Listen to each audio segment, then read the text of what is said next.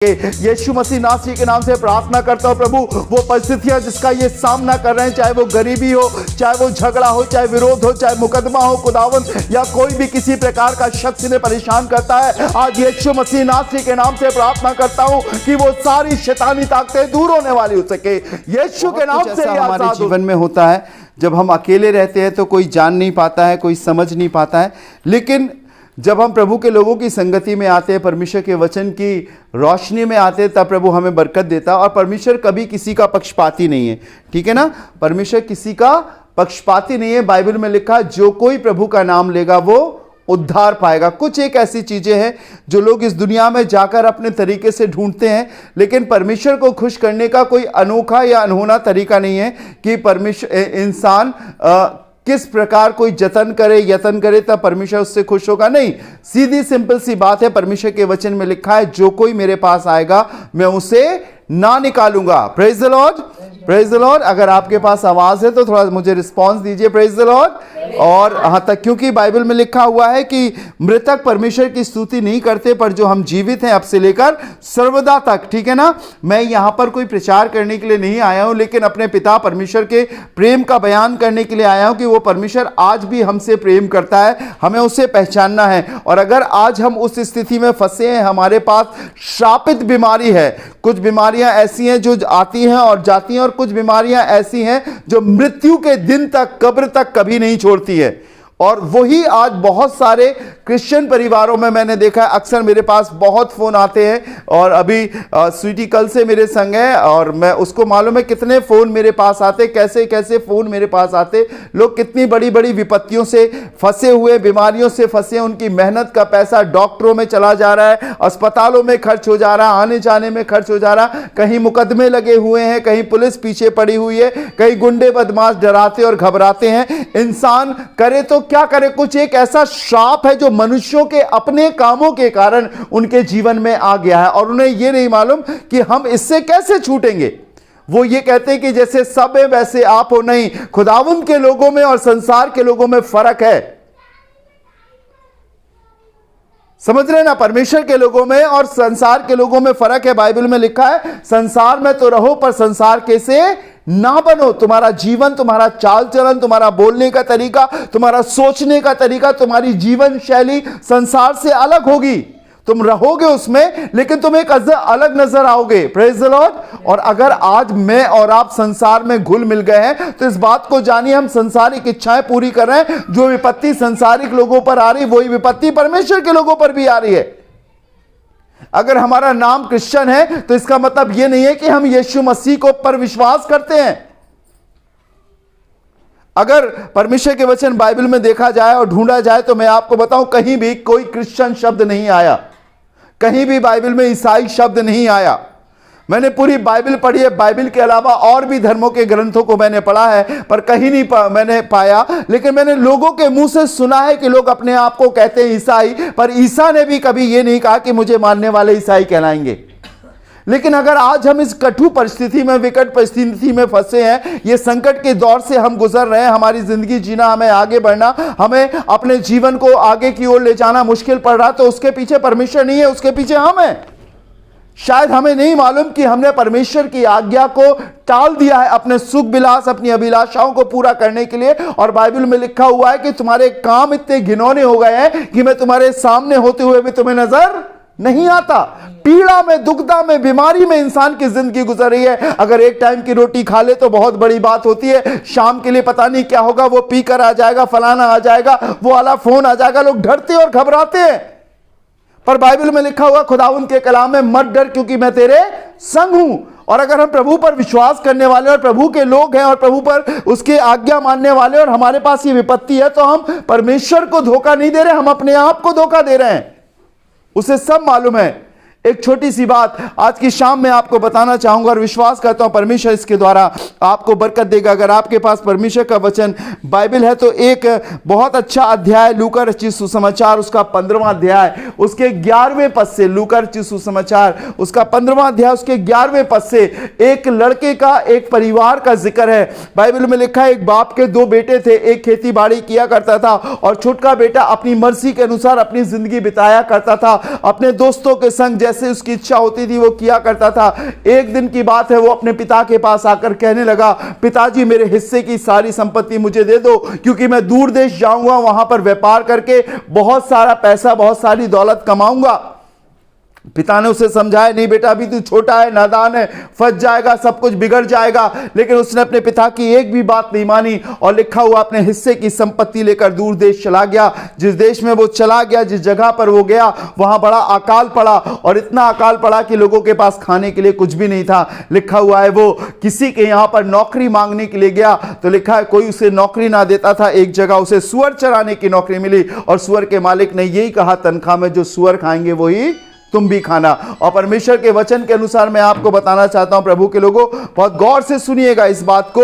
जब वो अपने पिता से दूर चला गया, अपने पिता के घर से दूर चला गया, अपनी मर्जी को पूरी करने के लिए चला गया, और एक दिन ऐसा हुआ कि वो जंगल में बैठा हुआ था सुअरों के बीच में, और अपने दिमाग में, अपने मन में ये सोचने लगा और कहने लगा कि मेरे पिता के घर में नौकरों को भोजन से अधिक रोटी मिलती है और मैं यहां भूखों मर रहा हूं। वो अपने दिल, अपने मन में सोचने लगा कि मैं अब उठकर अपने पिता के पास जाऊंगा और पिताजी से कहूंगा कि पिताजी मैंने स्वर्ग की दृष्टि में और तेरी दृष्टि में गुनाह किया है, और अब इस योग्य नहीं कि मैं तेरा बेटा कहलाऊं, मुझे अपने यहां एक नौकर के समान रख ले।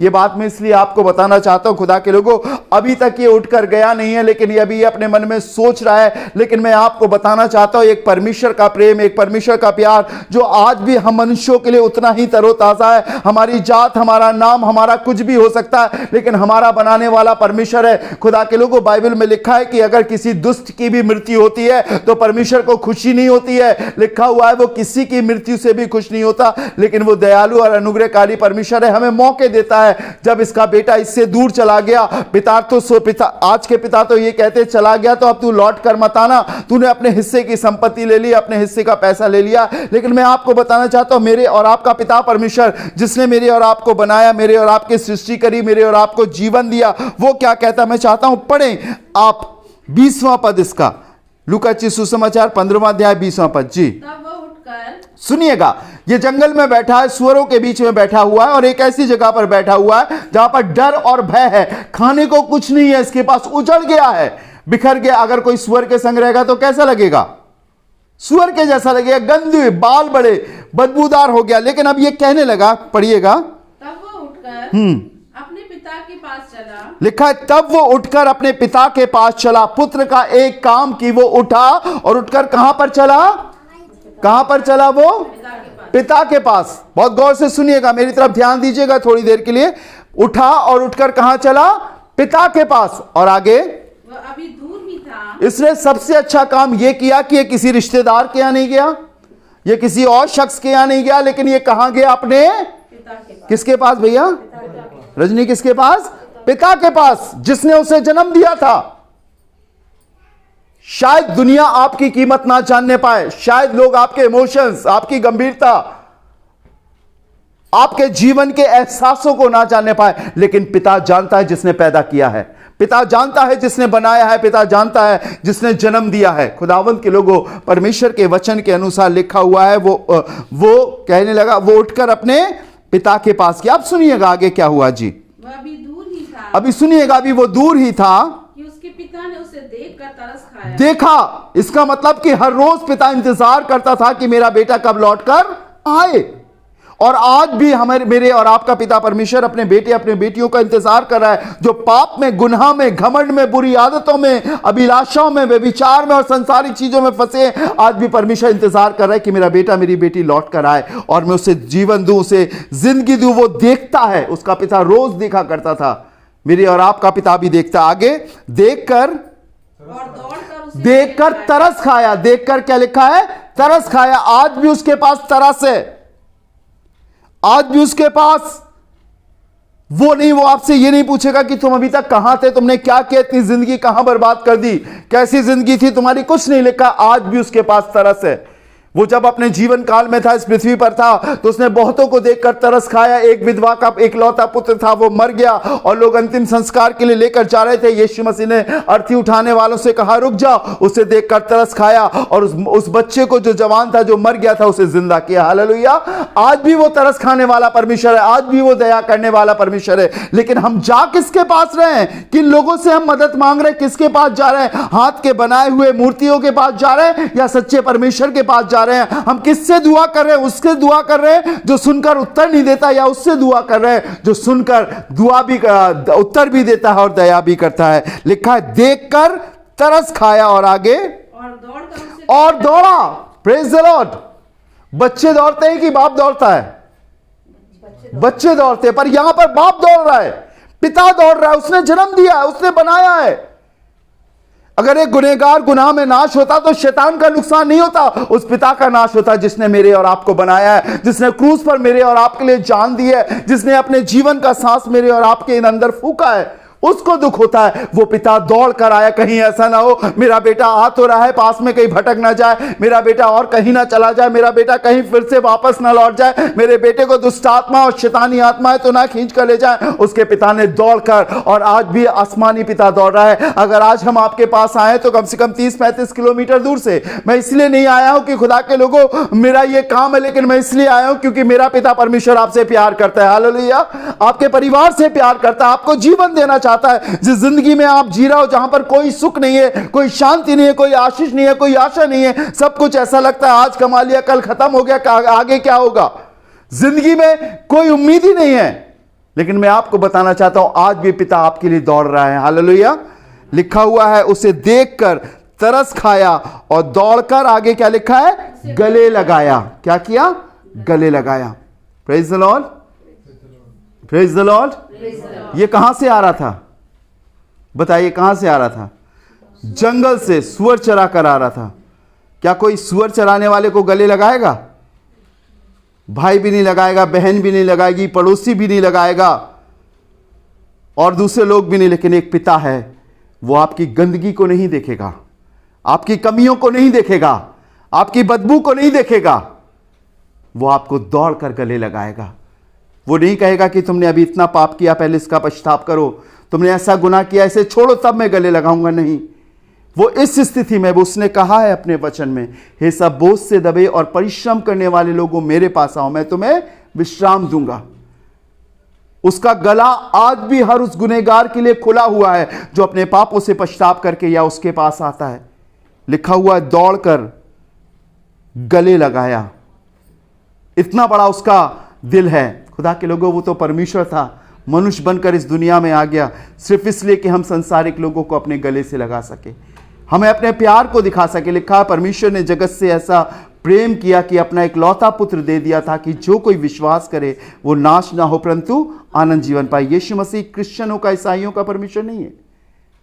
मेरे चर्च में 95% से ऊपर अन्य जाति के लोग आते, हिंदू, मुस्लिम, पंजाबी, जैनिस्ट। मैंने कभी उनसे नहीं कहा कि अगर आप चर्च आओगे तो क्रिश्चियन बनोगे, क्योंकि मैंने बाइबल में कभी भी क्रिश्चियन शब्द नहीं पढ़ा, ईसाई शब्द नहीं पढ़ा। यह अंग्रेजों का बनाया हुआ है, परमेश्वर का बनाया हुआ नहीं है। और वो सब आते, प्रार्थना करते, जिस किसी के लिए भी परमेश्वर उन्हें शिफा देता, और वो संसारिक बुरे पापों को छोड़कर एक अच्छा जीवन जी रहे। उनके बेटे बेटियां आगे बढ़ रहे हैं, उन्नति कर रहे हैं। इस लॉकडाउन के समय में भी जब लोगों के पास खाने के लिए नहीं है, परमेश्वर उनके लिए इंतजाम कर रहा है। सुख की नींद है, भय नहीं होता, डर नहीं होता। उनके घर के ताले खुले रहते हैं, आराम से सोते हैं। मालूम क्यों? क्योंकि परमेश्वर पिता उनके साथ है। हालेलुया। लिखा हुआ है दौड़कर गले लगाए, और आगे क्या लिखा हुआ है? पांचवा, बहुत चूमा। पहले हैंड सैनिटाइज कर लीजिए, फिर हाथ मिलाना रूल हो गया। लेकिन पिता ने इससे नहीं कहा कि जाकर तू पहले मुंह हाथ धो ले, फिर मैं तुझे चूमूंगा, तुझे किस करूंगा। लेकिन वो पिता है, वो परमेश्वर है, उसका दिल बहुत बड़ा है, उसे सब मालूम है। उसने उस गंदी स्थिति में भी, जब वो सूअर के पास से आ रहा था, बदबूदार था, घिनौना था, लिखा हुआ दौड़कर उसे चूमा। खुदा के लोगों, परमेश्वर का दिल बहुत बड़ा है। शायद आपको आपके गुनाहों के कारण आत्मग्लानि हो रही होगी, लेकिन मैं आपको बताऊं, वो सब कुछ जानने वाला, परखने वाला परमेश्वर है। उसने दौड़कर, लिखा हुआ उस पिता ने दौड़कर उसे बहुत चूमा। Praise the Lord. जो दुष्ट इंसान है उसे बनाने वाला कौन है बताइए? दुष्ट को किसने बनाया? जी बोलिए बोलिए बोलिए। Very good. शैतान को किसने बनाया? आपको किसने बनाया? Very good. सब कुछ बनाने वाला वो ही है, सब कुछ उसके कंट्रोल में, चाहे वो शैतान हो, शैतानी ताकतें हो, गरीबी हो, बीमारी हो, सब कुछ उसके कंट्रोल में है। शैतान भी उसके कंट्रोल में है, लेकिन अगर उसके कंट्रोल में कोई नहीं है तो वो है इंसान। क्योंकि परमेश्वर ने मनुष्य को दो चीजों की पूरी छूट दे रखी है, एक तो उसका मन स्वतंत्र है और उसका चुनाव स्वतंत्र है। वो किसी को भी अपने जीवन के लिए चुन सकता है, चाहे परमेश्वर को चाहे शैतान को, और अपने मन से वो चुनता है। और यही दो चीज मेरे और आपके अधिकार में। और कई बार मेरे और आपका चुनाव गलत होता है, डिसीजंस गलत होते हैं, और इस लड़के का भी डिसीजंस गलत था। लेकिन परमेश्वर के वचन में लिखा हुआ है कि जब ये दूर ही था तो इसके पिता ने इसे देखकर तरस खाया, दौड़कर गले लगाया और बहुत चूमा। आज भी परमेश्वर आपसे प्यार करता है, आज भी वो आपका इंतजार कर रहा है। आप किस स्थिति में हो, आपने क्या किया है अभी तक? लोगों की दृष्टि में वो इज्जत की बात है या लोगों की दृष्टि में शर्मिंदगी की बात है, कोई प्रॉब्लम नहीं, लेकिन परमेश्वर की दृष्टि में वो सारा हाल खुला हुआ है। जब हम प्रभु यीशु मसीह के पास जाते हैं, अपना जीवन उसको देते हैं, उससे प्रार्थना करते हैं, तब वो हमें दिखाता है। हमें बंठन के नहीं जाना है, हमें कुछ सज धज के नहीं जाना है, हम जिस स्थिति में हम उसके पास जाएं। एक दिन की बात है, इंडिया का बहुत फेमस फोटोग्राफर अपनी स्टूडियो के लिए कोई बड़ी अच्छी फोटो तलाश रहा था। उसके गले में कैमरा था और सब चीजें उसके पास थी, और वो उस सड़क से होता हुआ गुजरता हुआ चला जा रहा था। और जाते जाते जाते जाते उसे रास्ते में एक भिखारी मिला, और एक ऐसा भिखारी उसे मिला, उसे लगने लगा कि हम इसकी फोटो खींचकर, ओरिजिनल फोटो खींचकर अपने उस स्टूडियो में लगाएंगे और एक नई चीज होगी। और उसने जाकर उस भिखारी के पास जाकर उसने कहा कि कल तुम मेरे स्टूडियो आना और मैं तुम्हारी फोटो खींचूंगा और तुम्हें पैसा भी दूंगा, और अगर आपकी फोटो अच्छी होगी तो मैं अपने स्टूडियो में भी लगाऊंगा। भिखारी को बड़ा अच्छा लगा, बड़ा खुश हुआ और कहने लगा कि इतना अच्छा मेरे शहर का फोटोग्राफर मेरी फोटो खींचकर अपने स्टूडियो में लगाएगा। उसने अपने भिखारी वाले कपड़े उतारे, फेंके, और फटाफट उसने नहाया। जो कुछ उसके पास क्रीम, पाउडर, सेंट, परफ्यूम था, सब उसने लगाया, और भिखारी से वो बिल्कुल जेंटलमैन बन गया, स्मार्ट बन गया। और जो समय उस फोटोग्राफर ने उसे बोला था सुबह 9 बजे मेरे स्टूडियो आ जाना, जब वो उसके स्टूडियो के पास पहुंचा, देखने लगा और देखकर गेट खटखटाया। अंदर से जो फोटोग्राफर था उसने उसे अंदर बुलाया और उससे कहा, आ जाओ, कौन हो? जब वो अंदर आए तो वो फोटोग्राफर उससे पूछने लगा, आप कौन हो, क्यों आए हो? वो कहने लगा अचंभित होके, आप कैसी बात कर रहे हो? आप ही तो कल आए थे मुझे बुलाने के लिए, मैं वही भिखारी हूं जो सड़क के किनारे भीख मांगा करता था। वो फोटोग्राफर देखकर चौंक गया और कहने लगा कि नहीं नहीं नहीं, मैंने आपको नहीं बुलाया था, मैंने तो भिखारी को बुलाया था। तुम तो भिखारी नहीं लग रहे, तुम तो जेंटलमैन लग रहे हो। तुमसे तो अच्छे अच्छे जेंटलमैन मेरे पास बहुत सारे हैं। कई बार खुदा के लोगों, हम परमेश्वर के पास बन ठन कर जाते हैं, जो वो हमारा देख चुका है हम उसे छिपा कर जाते हैं, अपनी असलियत को दबा कर जाते हैं, और इसी कारण हम परमेश्वर से कुछ नहीं पाते हैं। उसे सब मालूम है, वो सब कुछ जानने वाला, सब कुछ परखने वाला, सब कुछ पहचानने वाला है। वो चाहता है हम जिस स्थिति में हैं, जैसे हैं वैसे ही उसके पास जाए। ये बेटा भी जो सब कुछ लेकर चला गया था, अपनी उसी स्थिति में आया। पिता का दिल बहुत बड़ा है। हम अपने टैलेंट, अपने वरदान, अपनी दान, अपने भेंट, अपनी ऑफरिंग, अपना एटीट्यूड, अपना घमंड, अपनी सुंदरता लेकर जाते हैं, पर यह परमेश्वर के आगे जीरो है। बाइबल में लिखा है, हुस्न उकाब के पंख लगाकर हवा में फना हो जाता है, शोहरत भी चली जाती है, ताकत और बल सब चला जाता है। लिखा है, धनवान अपने धन पर और वीर अपनी वीरता पर और बुद्धिमान अपनी बुद्धि पर घमंड ना करे। अगर वो घमंड करे तो इस बात पर घमंड करे कि वो सच्चे परमेश्वर को जानता है। जो हम उसे दिखाना मांग रहे हैं उसे सब मालूम है, और ये क्षणिक है, थोड़े दिन का है, लेकिन परमेश्वर चाहता हम जैसे हैं, जिस हाल में हैं, हम वैसे ही उसके पास जाएं और आज भी वो तरस खाएगा। मैंने ऐसे ऐसे लोगों के बड़े बड़े मकान बनते हुए देखे हैं जो सड़क पर पन्नी और कूड़ा बीना करते थे, और मैंने बड़े बड़े अधिपतियों को जो सिंहासन पर बैठते थे और मुंह ऊंची करके घमंड से बात किया करते थे, मैंने उन्हें मिट्टी में मिलते हुए भी देखा है। सिर्फ एक बेटे ने अपने बेटे को, अपने पिता को उसकी औकात दिखा दी कि घमंड कितना करना कितना बुरा है। परमेश्वर के लोगों, बाइबल में लिखा है खुदावंद के हाथों में पड़ना भयानक बात है। अगर हम यीशु मसीह के जाने जाते हैं तो हमें यीशु मसीह के होना पड़ेगा, और अगर हम यीशु मसीह के नहीं जाने जाते, आने जाती हैं, तो हम पर तरस हो जाएगी।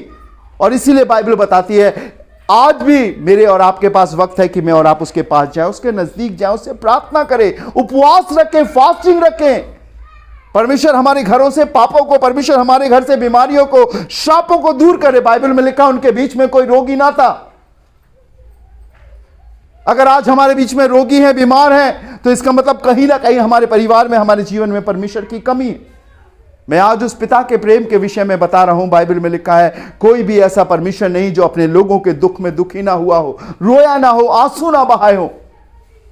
वो आज भी मेरे और आपकी चिंता करता है। आज भी अपने पिता से विनती करके कहता है एक मौका दे दे इस बेटी को, एक मौका दे दे इस बेटे को। शायद ये अपने बुरे कामों से, शायद ये अपने पापों से पश्चाताप करके मेरे पास आ जाए। गालियां देना, झूठ बोलना, बुराई करना, लड़ना झगड़ना इनके जीवन से जाने पाए। आज भी वो मेरे और आपके लिए पिता से, परमेश्वर से दुआ करता है। और जिस दिन उसने विनती करना बंद कर दी, मैं आपको बताऊं, परिवार के परिवार उजड़ जाते हैं, बिखर जाते हैं। जिस घर से परमेश्वर अपना मुंह फेर ले, उस घर में मौतें होना शुरू हो जाती हैं, सारा घमंड चूर हो जाता है। पर आज वो हमसे और आपसे प्यार करता है, सुनता है दुआ, जवाब देता है। क्यों सोनू भाई? देता है ना जवाब।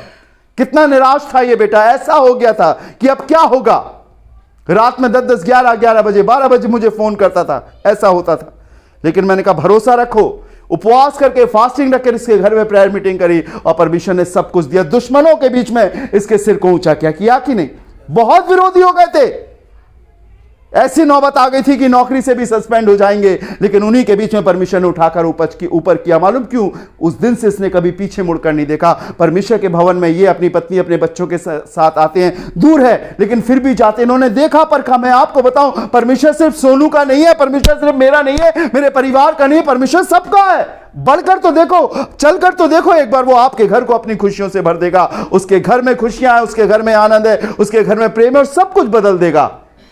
और वो आज भी जीवित है और वो आज भी आपसे प्यार करता है। सिर्फ एक काम करने की जरूरत है जो इस बेटे ने किया कि अब मैं उठकर अपने पिता के पास जाऊंगा और पिताजी से कहूंगा, पिताजी मैंने स्वर्ग की दृष्टि में और तेरी दृष्टि में गुनाह किया है और अब इस योग्य नहीं कि तेरा बेटा कहलाऊं।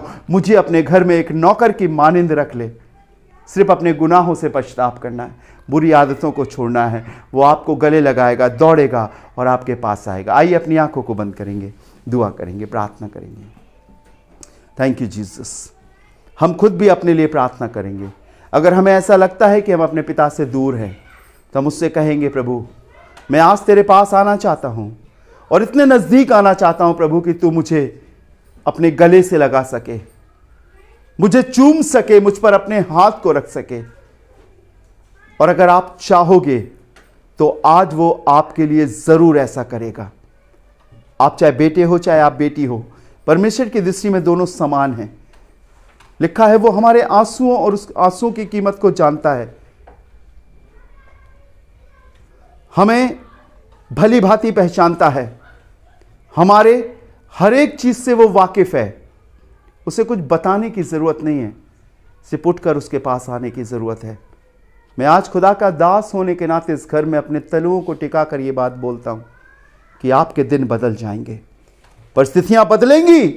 यीशु मसीह के नाम में वो सामर्थ है, यीशु मसीह के नाम में वो कुवत है जो सब कुछ बदल सकता है। और आज और अभी से जब हम आपके लिए प्रार्थना करने जा रहे हैं और आपके जीवन में विश्वास आ रहा है, वो आपकी स्थितियों को बदलेगा। Thank you Jesus, hallelujah. धन्यवाद प्रभु, तेरा धन्यवाद हो। राजाओं के राजा, प्रभुओं के प्रभु, मैं तेरा धन्यवाद करता हूं इस समय प्रभु, जिन्होंने तेरे कलाम को सुना है और जो सुनने वाले हैं प्यारे प्रभु, इस चैनल के माध्यम से मैं प्रार्थना करता हूं प्रभु, यीशु मसीह अपनी मोहब्बत को उन पर जाहिर कर, और जो तूने कर भी दी है प्रभु, इनके दिलों से बातें कर प्रभु, इन पर रहम कर, इन्हें सोचने और समझने की शक्ति दे प्रभु जी। भले और बुरे को पहचानने की ताकत दे खुदावन। मैं जानता हूं प्रभु जी इनके घर में शैतान ने कब्जा कर रखा है। कई बार प्रभु जी ऐसी नातिफाकियां हो जाती है कि घर भी नरक लगने लगता है। कई बार बहुत सारे झगड़े होते हैं। कई बार प्रभु पति पत्नी के बीच में अंडरस्टैंडिंग अच्छी नहीं होती है। कई बार प्रभु जी गलत रास्ते पर भटक जाते हैं। लेकिन प्यारे प्रभु यीशु, तू ऐसे ही लोगों के लिए इस दुनिया में आया। तूने कहा है कि मनुष्य का पुत्र खोए हुओं को ढूंढने और उनका उद्धार करने के लिए आया है। आज दुआ करता हूं प्रभु जी अपने हेमंत भाई के परिवार के लिए, प्रभु जी यहां बैठे अपने प्रियो के परिवार के लिए खुदावंद यीशु मसीह नासरी के नाम से प्रभु यीशु मसीह इनकी दुआओं को सुन और तेरा सुख इनके घर में आने वाला हो सके। यीशु मसीह नासरी के नाम से प्रार्थना करता हूं प्रभु, वो परिस्थितियां जिसका ये सामना कर रहे हैं, चाहे वो गरीबी हो, चाहे वो झगड़ा हो, चाहे विरोध हो, चाहे मुकदमा हो खुदावंद, या कोई भी किसी प्रकार का शख्स इन्हें परेशान करता है, आज यीशु मसीह नासरी के नाम से प्रार्थना करता हूं कि वो सारी शैतानी ताकतें दूर होने वाली हो सके। यीशु के नाम से ये आजाद हो सके, यीशु के नाम से छुटकारा प्राप्त कर सके। खुदावंद मैं प्रार्थना करता हूं ये जगह तेरे लिए प्रार्थना की जगह कहलाने वाली हो सके, लोग आशीष पा सके प्रभु जी। और मैं प्रार्थना करता हूं हर एक शैतानी बंधन तोड़ा जाए और यीशु के नाम से छुटकारा इस घर में, वरन जिनके कानों में ये आवाज जा रही है सबके जीवन में आने वाला हो सके। प्रभु आपके जीवित हाथों में सौंपता हूं प्रभु, इन्हें जीवन दे और आगे बढ़ा और तेरा बरकत का हाथ इनके जीवन पे बना रहे प्रभु। इनकी नादानियों को माफ कर, रहम कर खुदावंद, और एक बार फिर से उठकर चलने की ताकत दे ताकि ये तुझ सच्चे प्रभु के पास आ सके। खुदावंद आपके जीवित और सामर्थ्य हाथों में सौंपता हूं। सारा जलाल सारी महिमा आपको देते खुदावंद, और इस प्रार्थना को धन्यवाद के साथ अपने जीवित उद्धार करता खुदावंद यीशु मसीह के नाम से मांगते हैं, आमीन आमीन। Praise the Lord.